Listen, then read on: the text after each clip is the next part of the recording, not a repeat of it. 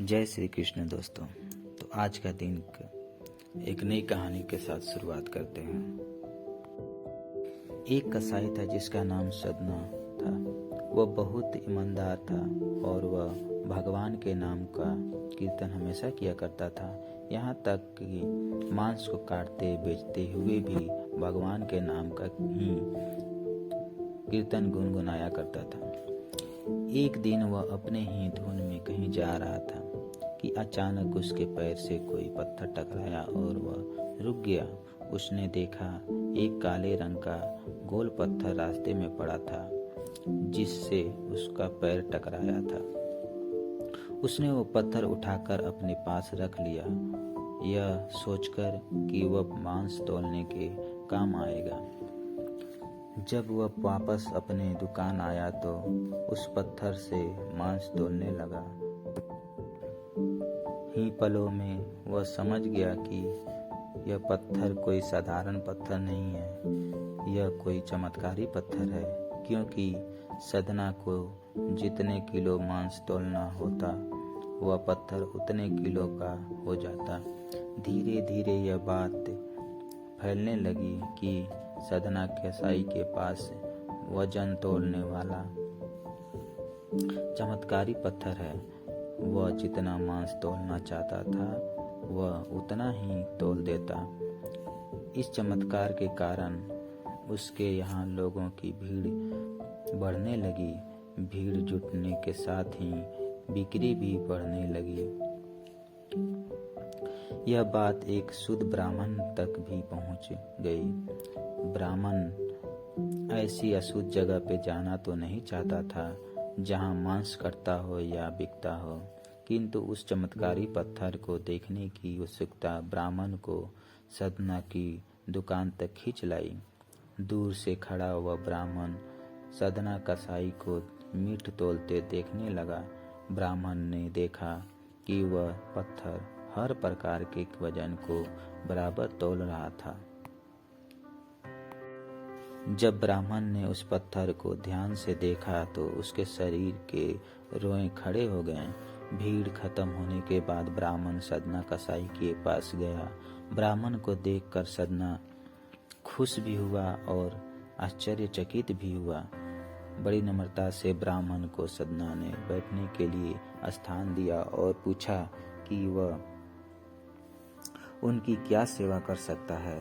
ब्राह्मण बोला, तुम्हारी इसी चमत्कारी पत्थर को देखने के लिए ही मैं तुम्हारे दुकान पे आया हूँ, या यूँ समझो कि यह पत्थर ही मुझे यहाँ खींचकर तुम्हारे दुकान पर लाया है। बातों ही बातों में ब्राह्मण ने सदना को बताया कि जिसे वह चमत्कारी पत्थर समझ रहा है वास्तव में वह शालिग्राम जी हैं, जो कि भगवान का स्वरूप होता है।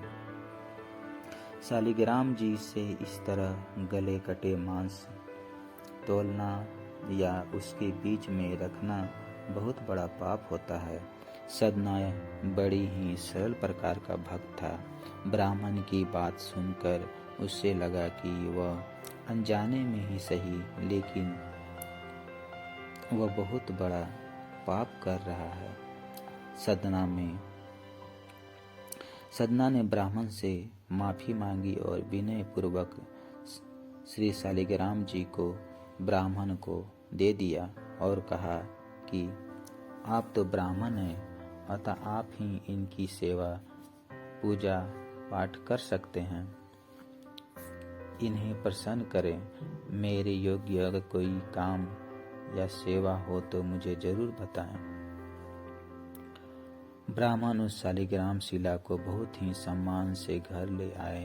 घर आकर उन्होंने श्री शालिग्राम शिला को स्नान करवाया, पंचामृत से अभिषेक किया और पूजा अर्चना आरंभ कर दिया।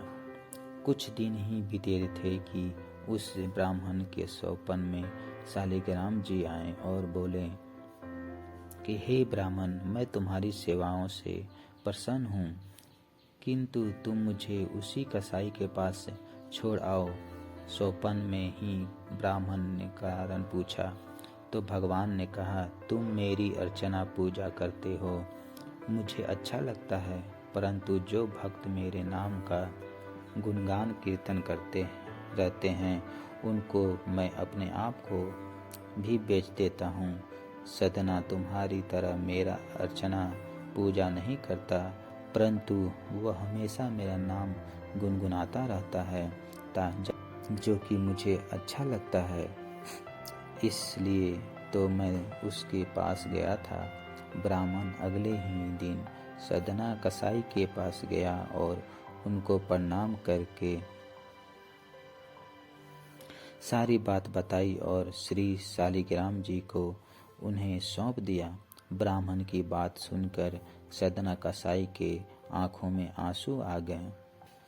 मन ही मन उन्होंने मांस बेचना खरीदने के काम को बंद करने का सोची और निश्चय किया कि यदि मेरे ठाकुर को कीर्तन पसंद है तो मैं अधिक से अधिक समय कीर्तन ही करूँगा।